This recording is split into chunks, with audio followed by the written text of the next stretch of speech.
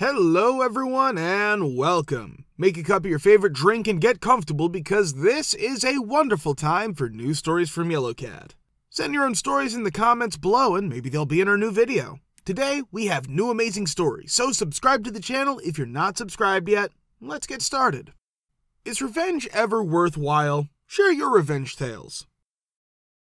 So, I worked at a 7-Eleven for almost exactly a year before leaving there. The shop was run independently by a Lebanese man with an IQ that was probably in the 80s, as it was a franchise held by an independent business owner.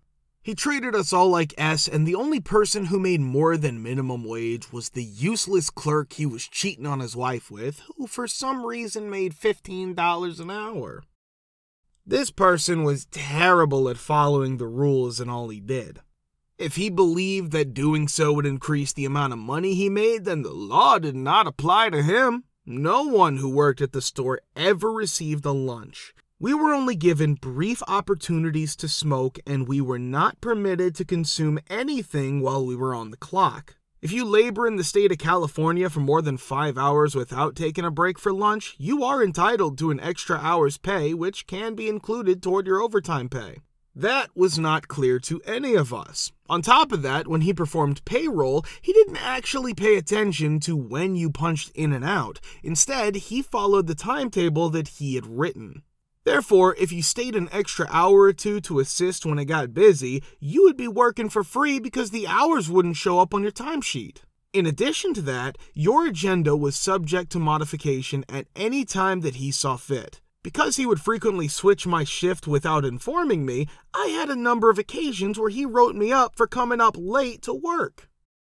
Now we're getting to the point where things become problematic. When we would remove goods that had passed its expiration date off the shelves, we would come back the next day to find that he had printed new expiration dates, pasted them on top of the old ones, and then placed the food back on the shelves. Throughout the entirety of my employment there, I witnessed this happening on a regular basis. So, there came a day when I'd had enough of his crap.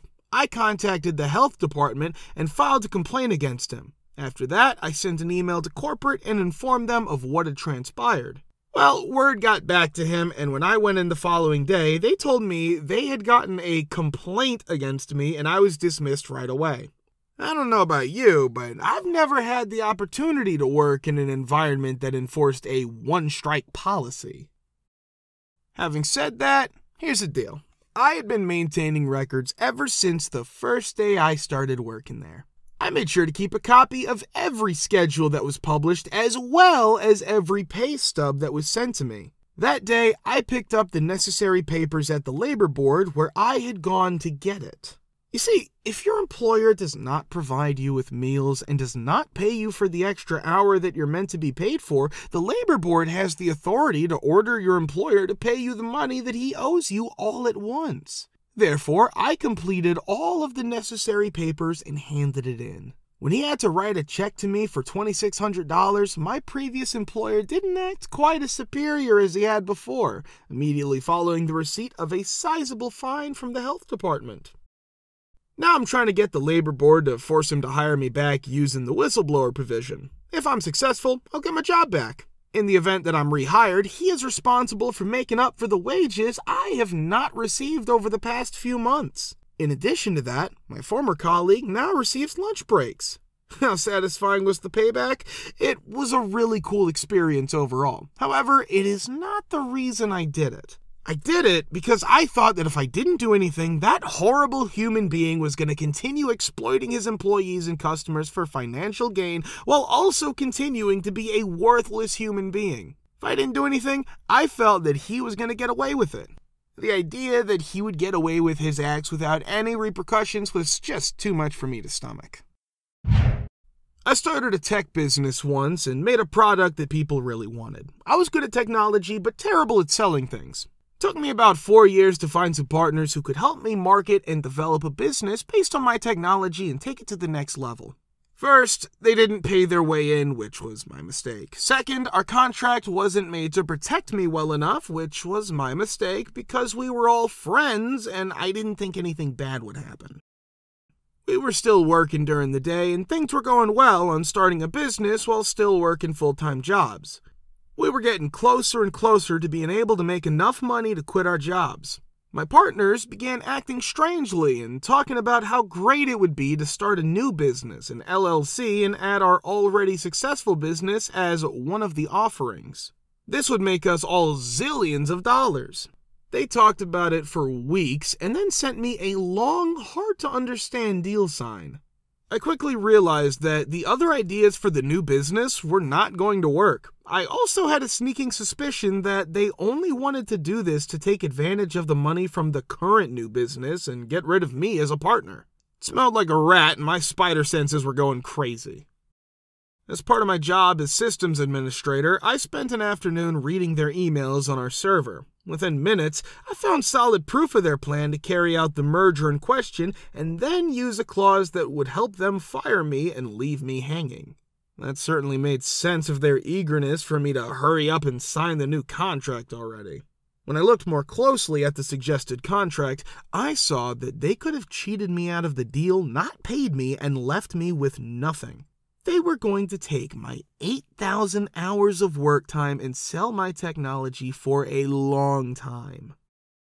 I quickly got my jaw off the floor, did some research, and talked to a lawyer to come up with a way for me to leave the company and run the business by myself. Because of the bad deal between us, this was hard and took way too much time and money. I was successful and was able to get rid of them. To this day, I still run the business by myself. Let's talk about getting even. Their new business was started after they broke up with me. The evil partner was still the VP of sales for a company in the same line of work as the new business they were starting. I'm not going to say who or what business it was, but there was a clear conflict of interest in this small area of business. The person in question was going through the Rolodex and stealing clients so that they could start a new business with the stolen customers. It was one of the reasons I didn't want to merge the business in the first place. I knew all of this was wrong, illegal, and just plain gross. After taking the right amount of time to separate myself from the situation, I sent a package to the owner of the company where the evil partner was still working. Inside was proof of their attempts to hurt and steal all of their customers. What we thought would happen did happen. Evil partner was fired and sued. It happened a long time ago, but every time I think about what almost happened and the bullet I dodged, I laugh and thank my happy stars. It made me happy that I could give it back to evil partner. So yes, getting back at people who deserve it can be rewarding. The lesson is that money can change things, even if you believe in your partner. To protect yourself, get a lawyer and write up a real contract. If your partner can read your email, or at least use Gmail to do so, don't try to screw them over. Don't read other people's mail. It's rude. Unless you have to. What terrifying HOA experience do you have? Our home was in a private mountain neighborhood with a bad HOA. Their main job should have been to keep the roads in good shape and make sure everyone could get water. They had other ideas. Most of the board was made up of part-time residents of the town who saw the mountain as a way to make money because of its location. In the end, they wanted to change it from a private neighborhood to a mountain lodge. Full-time locals didn't want that, and having them there made it harder for the board to reach its goal. The road crew only had a few steady workers, and the board only cared about the roads at the base of the mountain, which was close to where they lived. Other than that, the roads were bad and got worse every year, even though they said they would fix them up every summer for 5 years. They often didn't do a good job when they did work on certain places, so a lot of the road base that we paid for with our dues was wasted.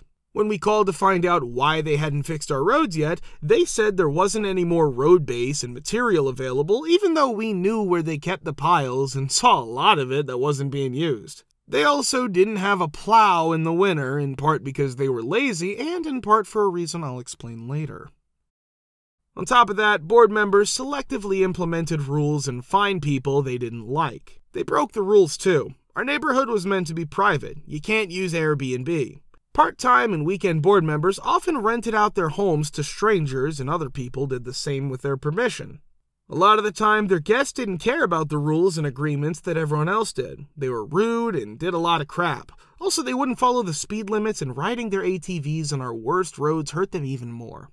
There were also rules about how many buildings you could have on your land and where they could be placed. If they liked you, you could put up more than the 3 buildings they allowed, and your plans didn't have to follow the rules they were supposed to. One house had a house and 3 holiday cabins that looked like HOAs and were said to be storage sheds. It's clear that they rented those out. It could take a long time to be inconvenient to get your building plans accepted if they didn't like you. They would look more closely at your measurements and how far you are from the center line of the road. While some people were able to build 2-story garages, others were not, because that wasn't meant to be allowed. They had something to get rid of slashes. You can only have a certain amount of stuff on your land before it becomes too dangerous for fire. But checks don't happen very often, and warnings are supposed to be sent out before fines are given. They liked the contractor who lived in the neighborhood and owned the local slash store, which was very helpful. So they told people in the neighborhood about his service through Nextdoor. In our neighborhood, he had rivals, but the board would block their ads and post about their services to make room for his.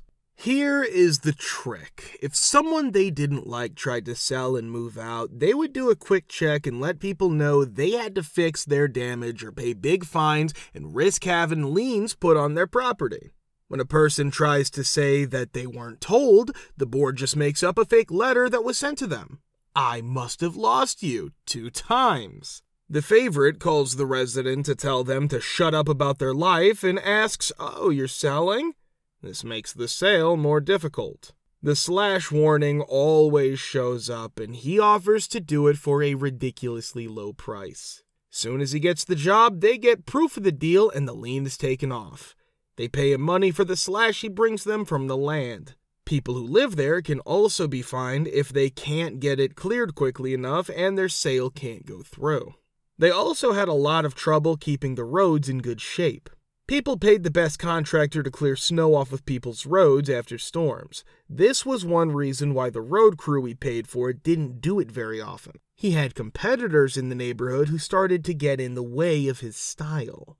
So the board tells everyone that if a person plows the road wrong, they will be fined for the damage. A fine was given to anyone who wasn't the choice. We were interested to know if they ever gave their own road crew a fine for the damage they caused on our account. They raised dues whenever they thought it was right, and they stole money by giving themselves bonuses, which was against the rules. They also spent money on projects they chose without asking the community about what they thought. Example, they fixed up the basement of a community building that no one cared about for close to $10,000. When we saw it for ourselves, we knew the repairs they made were not worth the price tag. This made us think they were probably stealing money. After that, the community chose a full-time local to serve on the board, and that person confirmed that they were giving themselves bonuses without telling anyone. Most of the fines that were given were just ways to get money. That being said, I doubt I'll ever try to buy land again if I can't find a place without an HOA where I wouldn't need one. Before I bought the property, the owners managed the HOA themselves. Those owners had cleaned out the safes and taken all of the money for themselves. As a result of their arrest and subsequent prosecution, the Homeowners Association decided to employ a management business. My roof started leaking almost as soon as I bought the house, which caused water damage throughout the interior. My house inspector didn't even bother climbing up there to assess the condition of the roof because the HOA was responsible for maintaining it. The management firm asserted that I was to blame for the damage that occurred on the inside of my unit because it had occurred there. I had recently graduated from law school, and despite my lack of experience, I knew it to be untrue. I explained to them that the damage was their fault because of their carelessness and that they were liable for it. They contacted me using the worst lawyers I've ever dealt with in order to convince me that I was in the wrong. These individuals' primary responsibility was to place liens on properties whose owners did not pay their HOA dues. They knew nothing about negligence, which is the area of law in which I specialize. To tell you the truth, I just did not have the energy to bother suing them at such an early stage in my career. Shouldn't have come as a surprise that the Homeowners Association wasted no time in replacing the shingles on every roof as soon as it got its hands on some cash. Quite apparent because the attorneys assured the management business that I and anyone else who had a situation like mine would prevail in court if we filed a lawsuit. F the HOA. It's great that I finally own my own property, but it stinks that I have to hire someone to mow my grass and shovel my own snow. I do long for that. Guys, thank you for all the support and likes. Subscribe to the channel if you're not subscribed yet. See you next time.